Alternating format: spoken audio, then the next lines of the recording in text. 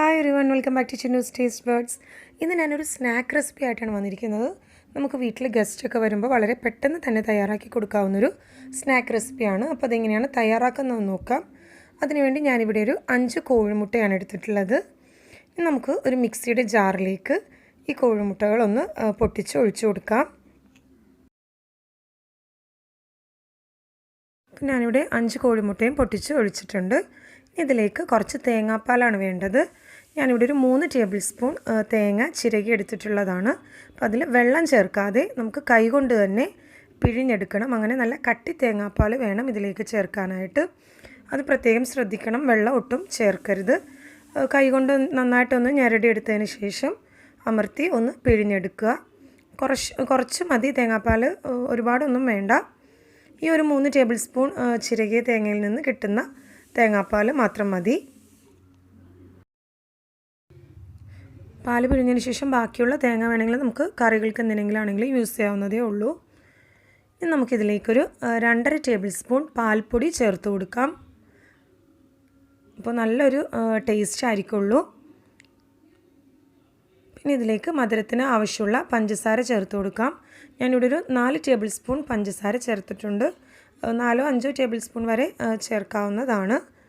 മധുരം ഓരോരുത്തരുടെ ഇഷ്ടം അനുസരിച്ച് ചേർക്കാം. ഞാനിവിടെ ഒരു 5 കോഴിമുട്ടക്കാണ് 4 ടേബിൾ സ്പൂൺ പഞ്ചസാര എടുത്തിട്ടുള്ളത്.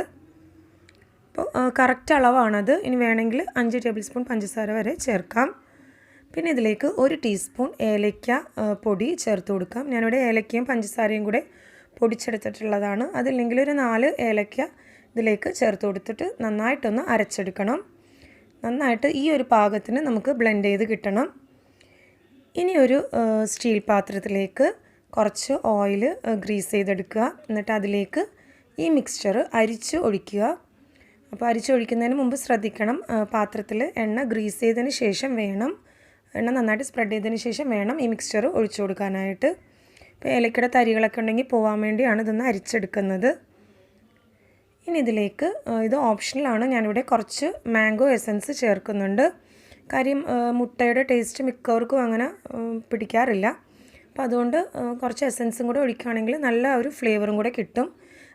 അല്ലെങ്കിൽ ഫുഡ് കളർ ചേർത്താലും മതി. ഇനി അത് രണ്ടും ഇല്ലെങ്കിലും കുഴപ്പമില്ല, നമ്മൾ ഏലക്കാപ്പൊടി ചേർക്കുന്നുണ്ട്. ഇനി ഇത് നമുക്ക് ആവിച്ചെമ്പിൽ വെച്ച് ഒന്ന് ആവി ഏറ്റിയെടുക്കണം. ആവിച്ചെമ്പ് ഞാൻ നേരത്തെ തന്നെ ഫ്ലെയിം ഓൺ ചെയ്ത് വെച്ചിട്ടുള്ളതാണ്. ഇപ്പോൾ ഒന്ന് ചൂടായതിന് ശേഷം വേണം, അതിനുള്ളിലുള്ള വെള്ളം ഒന്ന് തിളച്ചതിന് ശേഷം വേണം ഇത് വെച്ച് കൊടുക്കാൻ. എന്നിട്ട് 10 മിനിറ്റ് വരെ കുക്ക് ചെയ്തെടുക്കുക. ഇപ്പോൾ 10 മിനിറ്റ് കഴിഞ്ഞു. ഇപ്പോൾ നമ്മുടെ സ്നാക്ക് റെഡി ആയിട്ടുണ്ട്. ഒരു ടൂത്ത് പിക്ക് കൊണ്ടൊന്ന് കുത്തി നോക്കുക പാകമായോ എന്നറിയാൻ വേണ്ടി. നമ്മുടെ മുട്ടയപ്പം നന്നായിട്ട് പൊങ്ങി വന്നിട്ടുണ്ട്. പക്ഷേ ഇത് ചൂടാറുമ്പോൾ ഒന്ന് താഴ്ന്ന് പോകും. അപ്പോൾ ഇത് ചൂടാറിയിട്ടുണ്ട്. കണ്ടോ, ഞാൻ നേരത്തെ പറഞ്ഞ പോലെ താഴ്ന്ന് പോയിട്ടുണ്ട്. ഇനി ഇത് നമുക്ക് ചെറിയ പീസായിട്ട് കട്ട് ചെയ്തെടുക്കാം. ഇഷ്ടമുള്ള ഷേപ്പിൽ നിങ്ങൾക്ക് മുറിച്ചെടുക്കാവുന്നതേ ഉള്ളൂ. വളരെ പെട്ടെന്ന് തന്നെ തയ്യാറാക്കി എടുക്കാവുന്നൊരു സ്നാക്ക് റെസിപ്പിയാണ് ഇത്. നമ്മൾ മുട്ട സുർക്ക ഉണ്ടാക്കുന്ന ആ ഒരു മെത്തേഡും ആണ്. പിന്നെ അതിൻ്റെ കൂടെ തേങ്ങാപ്പാലും കുറച്ച് മിൽക്ക് പൗഡറും ഒക്കെ ചേർത്തിട്ടുണ്ടെന്നേ ഉള്ളൂ. അപ്പോൾ നല്ല ടേസ്റ്റി ആയിട്ടുള്ളൊരു റെസിപ്പിയാണിത്. എല്ലാവരും ട്രൈ ചെയ്ത് നോക്കണം. വീട്ടിൽ പെട്ടെന്ന് ഗസ്റ്റൊക്കെ വരുമ്പോൾ തയ്യാറാക്കി കൊടുക്കാൻ പറ്റിയൊരു സ്നാക്കാണിത്. പിന്നെ നോമ്പ് തുറ വിഭവമായിട്ടാണെങ്കിലും ഇത് ചെയ്യാവുന്നതേ ഉള്ളൂ. അപ്പോൾ എല്ലാവരും ട്രൈ ചെയ്ത് നോക്കണം. റെസിപ്പി ഇഷ്ടമായെങ്കിൽ ലൈക്ക് ചെയ്യാനും ഷെയർ ചെയ്യാനും സബ്സ്ക്രൈബ് ചെയ്യാനും മറക്കരുത്. Thanks for watching my channel.